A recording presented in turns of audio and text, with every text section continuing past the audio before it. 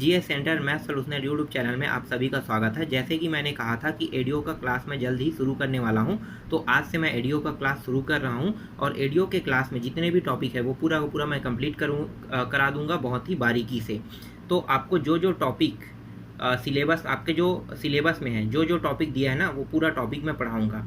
तो चलो शुरू करते हैं। तो आज के इस क्लास में हम शुरू करेंगे बेसिक जानकारी से। जैसे कि बेसिक जानकारी क्या हो सकता है, 73वां संविधान संशोधन। ठीक है, पंचायती राज हम पढ़ रहे हैं, तो पंचायती राज में है 73वां संविधान संशोधन। तो 73वां संविधान संशोधन से स्टार्ट करेंगे। तो यहाँ पे देखो 73वां संविधान संशोधन अधिनियम जो है वो 1900 कब पारित हुआ था, 1992 में पारित हुआ था। तो इन्हें पारित कराने के लिए कुछ समिति भी बना होगा, क्योंकि ये एकाएक तो 73वां संविधान संशोधन नहीं होगा भाई, कुछ समिति बना होगा, समितियों ने सजेस्ट किया होगा, तभी 73वां संविधान संशोधन बना है।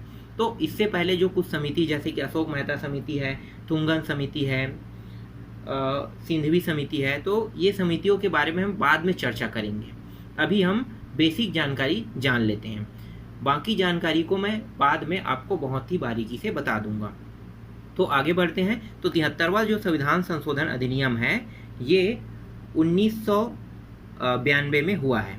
ठीक है, 1992 में 73वां संविधान संशोधन हुआ है, जिसमें पंचायती राज को जोड़ा गया है। अब ये पंचायती राज क्या होता है? पंचायती राज जो होता है पंचायत से संबंधित, ठीक है, पंचायत से संबंधित जो ग्राम पंचायत होता है, जनपद पंचायत होता है और जिला पंचायत होता है, ये होता है पंचायती राज। लेकिन हर जगह पंचायती राज में त्रिस्तरीय पंचायत नहीं होता है, कुछ जगह जो है वो सिर्फ द्विस्तरीय पंचायत होते हैं। अब जहाँ द्विस्तरीय पंचायत होते हैं, तो द्विस्तरीय पंचायत होने की कंडीशन क्या है? कंडीशन ये है कि जहाँ की जनसंख्या 20 लाख से, जिस राज्य की जनसंख्या, समझना ना, जिस राज्य की जनसंख्या 20 लाख से कम है वहाँ पे द्विस्तरीय पंचायत होता है, और जिस राज्य की जनसंख्या 20 लाख से अधिक है वहाँ त्रिस्तरीय पंचायत रखा जाता है। इसी तरह से छत्तीसगढ़ में त्रिस्तरीय पंचायत का गठन किया गया है, जिनमें से जिला पंचायत, जनपद पंचायत और ग्राम पंचायत त्रिस्तरीय पंचायत के अंतर्गत आता है, और यही पंचायती राज का मुख्य अंग है। अब ये पंचायती राज, ठीक है, किस दिन आया तो उसको जान लेते हैं। ठीक है, जो जिस डेट में ये पारित हुआ, तो ये है 24 अप्रैल 1993 को पारित हुआ था। ठीक है, 73वां संविधान संशोधन 1992 में आया, जिसमें पंचायती राज को जोड़ा गया, और ये पंचायती राज जो शब्द है, ठीक है, ग्राम स्वराज नाम से लिया गया। ये ग्राम स्वराज शब्द किसने बोला है? तो ग्राम स्वराज मतलब स्वराज जो शब्द है इसे महात्मा गांधी ने बोला था। तो महात्मा गांधी के नाम से संबंधित, ठीक है, महात्मा गांधी ने इसे बोला था, तो महात्मा गांधी के संबोधन शब्द से इसे पंचायती राज, ग्राम स्वराज या पंचायती राज शब्द नाम इन्हें दिया। 24 अप्रैल 1993 को संविधान के भाग 9 में, ठीक है, संविधान के भाग 9 में अनुच्छेद नंबर 243, ठीक है, अनुच्छेद क्रमांक क्या है? 243 में पंचायती राज को जोड़ा गया। अब इस अनुच्छेद के अंदर कितने और उप अनुच्छेद हैं इसको भी जान लेते हैं। बाकी जितने भी उप अनुच्छेद हैं उनके बारे में जानकारी मैं आपको बाद में बहुत ही बारीकी से आपको दूंगा। ठीक है, तो अभी देख लेते हैं।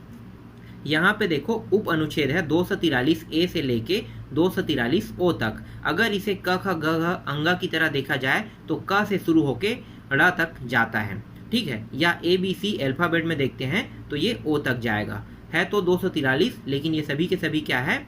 उप अनुच्छेद है। ये इसे जोड़ा गया है 11वीं अनुसूची।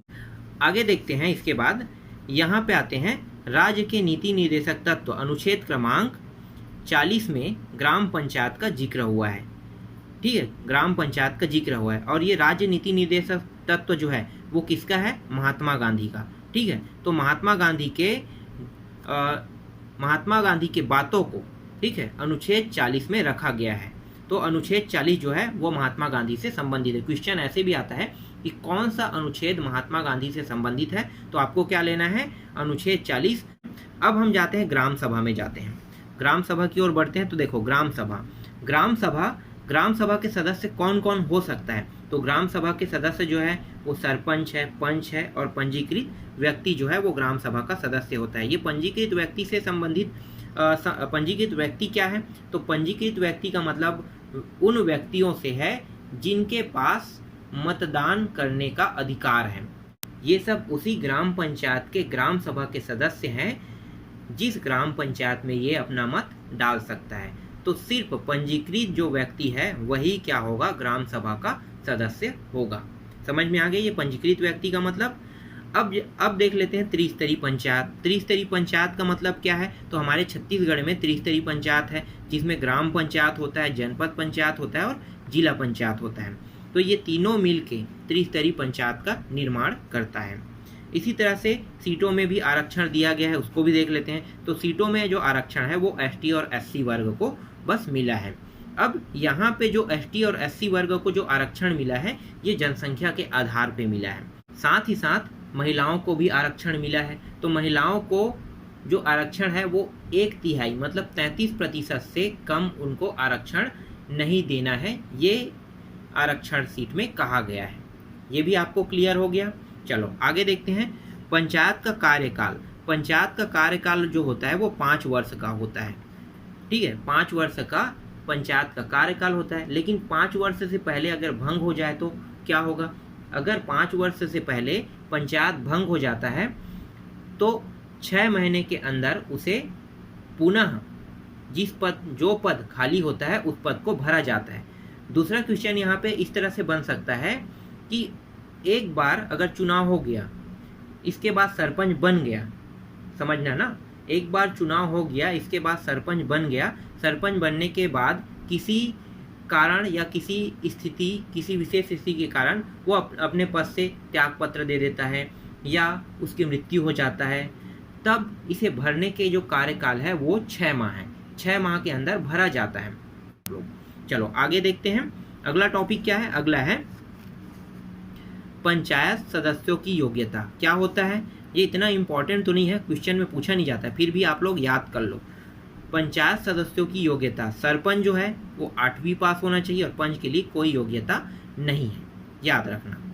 इसके बाद है सरपंच और पंच का जो मानदेय होता है वो कितना है, तो ये इसी साल के बजट में 22-23 के बजट में, जो अभी 22 और 23 का जो बजट आया है ना, उसमें नया मानदेय तय किया गया। तो अधिकतर चांस है कि यहाँ से क्वेश्चन बन सकता है। तो नया मानदेय क्या हो सकता है, तो देख लेते हैं।